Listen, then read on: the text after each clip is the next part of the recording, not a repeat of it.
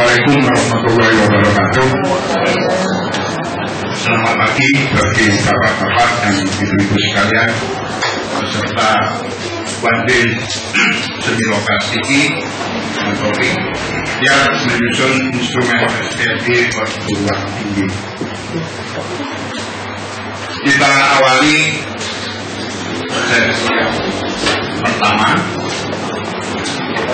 yang dalam hal ini telah hadir di tengah-tengah kita Bapak DNS EJ Purwokerti MSI selaku Kabak Akreditasi dan Penyelenggaraan Kopertis Wilayah 7 Jawa Timur yang mewakili koordinator Kopertis Wilayah 7 Jawa Timur yang kebetulan berhalangan hadir di pagi hari ini. Baik Bapak-Bapak dan Ibu sekalian, Bapak Purwokerti akan menyampaikan topik tentang kebijakan sistem penjaminan mutu internal sebagai bagian dari peningkatan kualitas perguruan tinggi. Tentu ada beberapa hal penting yang nanti akan bisa kita jelas dari penyampaian materi tersebut, yaitu mohon kiranya Bapak Ibu sekalian bisa mengikuti dengan baik. Berikutnya langsung kepada Bapak Purwokerti kami persilakan untuk menyampaikan materi.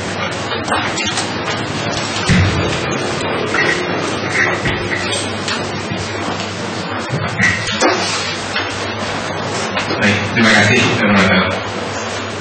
Assalamualaikum warahmatullahi wabarakatuh. Selamat pagi dan salam sejahtera untuk kita semua. Yang terhormat Bapak Profesor Eko Ibrahim, yang terhormat Ketua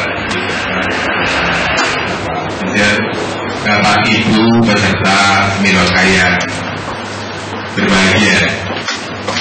Sebelumnya pertama saya menyampaikan permohonan maaf dari Bapak Koordinator Kopertis Wilayah 7 Bapak Profesor Setianto yang memang rencananya dijadwalkan pada pagi ini untuk hadir, dikhususkan memang untuk hadir, tiba-tiba mendadak sekali beliau kemarin siang ada fax dari Direktorat Jenderal Pendidikan Tinggi.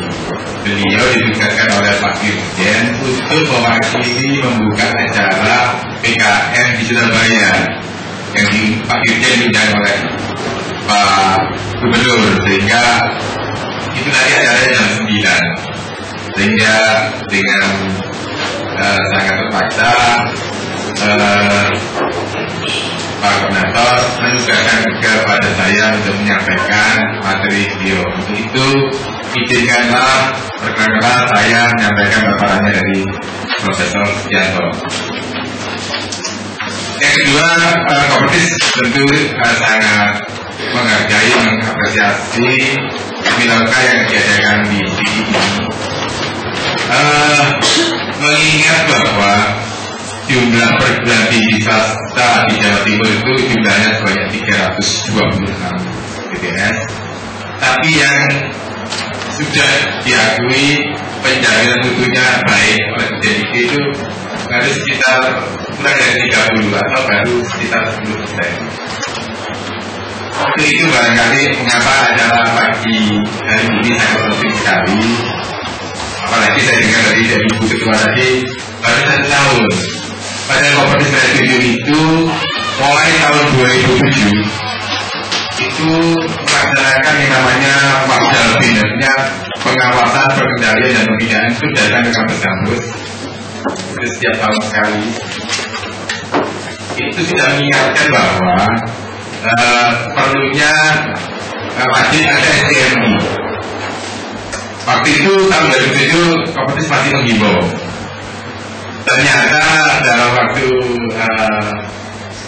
kita 3 tahun 2010 ini sudah menjadi wajib ada, termasuk kalau Bapak Ibu ingin nanti mendirikan perguruan tinggi baru, kalau tidak rancangan SPMI-nya harus ada.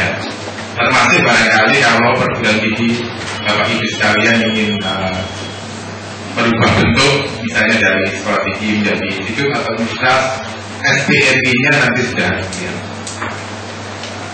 Nah, itu kira-kira menjadi kenapa acara pada pagi hari ini menjadi penting dan kompetitif, sangat menghargai yang kita ketahui oleh Diki malam ini.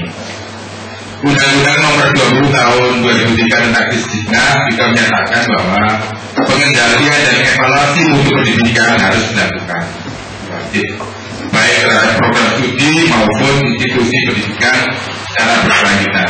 Nah, kita bersyukur sekali Bapak Ibu sekalian pada pagi hari ini di tengah-tengah kita hadir Profesor Eko. Beliau kan sekretarisnya di SMP. Kita bicara nanti mengenai kebanyakan itu mengenai PP 19. Yang tahu nanti rancangannya baik-baiknya apakah akan diubah yang standar 3 standar minimal atau akan kita atau dikurangi, nanti Bapak Ibu sekalian bisa menanyakan langsung kepada Profesor Eko. Baik Bapak Ibu sekalian, saya ingin memulai dengan visi dan misi Disdiknas. Jadi visi Disdiknas untuk tahun 2025 diharapkan memang insan Indonesia cerdas dan kompetitif. Cerdas dan kompetitif menjadi insan paripurna, itu visi dari Kementerian Pendidikan Nasional. Misinya adalah mewujudkan pendidikan yang mampu membangun insan Indonesia yang cerdas, komprehensif dan kompetitif, yang berkeadilan, bermutu, relevan dengan kebutuhan masyarakat lokal dan global. Itu isi dari Kemendiknas yang diharapkan setiap perguruan tinggi nanti visinya tidak jauh dari visinya kementerian kita. Mungkin apa yang dimaksud dengan cerdas dan kompetitif? Barangkali yang dimaksud cerdas, Bapak Ibu sekalian, ada beberapa: cerdas spiritual, cerdas emosional, cerdas intelektual, dan cerdas kinestetik. Ada pada tadi bisa dengan olah hati, yang diharapkan dengan mengolah hati itu akan dapat menambah atau memperbaiki keyakinan. Berikutnya adalah cerdas emosional. Dengan cerdas emosional diharapkan akan membentuk kesabaran. Dengan cerdas intelektual diharapkan akan menjadi pintar dengan cara olah pikir. Dan yang keempat adalah cerdas kinestetik dengan melalui olahraga, dengan diharapkan menjadi sehat dan bugar. Sedangkan harapan berikutnya yang kompetitif adalah bekerja unggul dan kandung akan keunggulan, semangat juang tinggi, mandiri, pantang menyerah, pembangun dan pembina jejaring, bersahabat dengan segala perubahan, produktif, sadar mutu, berorientasi global, dan pembelajaran sepanjang hayat. Nah, salah satu kegiatan pada pagi hari ini kan memang kita mutu, antara yang diharapkan cerdas dan kompetitif itu sadar akan pentingnya mutu. Itulah kira-kira yang menjadi visi dari Kementerian Pendidikan Nasional dengan harapan dapat terwujud pada 2025 mendatang. Selanjutnya, apa sih yang dimaksud dengan mutu itu? Pengertian tentang mutu itu adalah ada banyak hal, tapi kita tadi kan menjadi 5 saja. Mutu itu sesuai dengan harapan pelanggan. Yang pertama. Dan berikutnya adalah sesuai dengan pemangku kepentingan atau stakeholder. Yang ketiga adalah seluruh ciri khas dari hasil dan pelayanan memenuhi tuntutan kebutuhan dan harapan. Jadi sama antara tuntutan yang diinginkan oleh masa dengan harapan nanti menjadi lulusan yang berkualitas. Berikutnya adalah sesuai dengan standar yang disepakati oleh semua stakeholder dan semua pihak. Dan yang terakhir adalah memegang janji. Itulah kira-kira beberapa tentang pengertian tentang mutu. Selanjutnya, apa itu perjanjian mutu?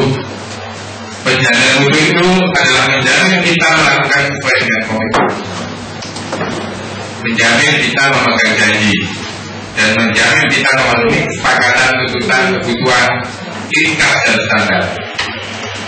Menjamin kita memenuhi harapan pelanggan dan pemangku kepentingan para stakeholder. Bapak Ibu sekalian, berbicara masalah mutu ini memang tidak terlepas dari masih rendahnya program studi yang ada di Indonesia ini yang sudah teraksasi. Gambaran di Properti Karya 7 ini yang tercatat dari 1.532 program studi yang ada di Properti Karya 7 ini, itu yang sudah teraksasi kurang lebih banyak 762 prodi atau sekitar 48%. Itu pun masih di tingkat kooperatif dari tingkat kooperatif 1 sampai dengan kooperatif 12. Ini nomor 3, artinya masih sangat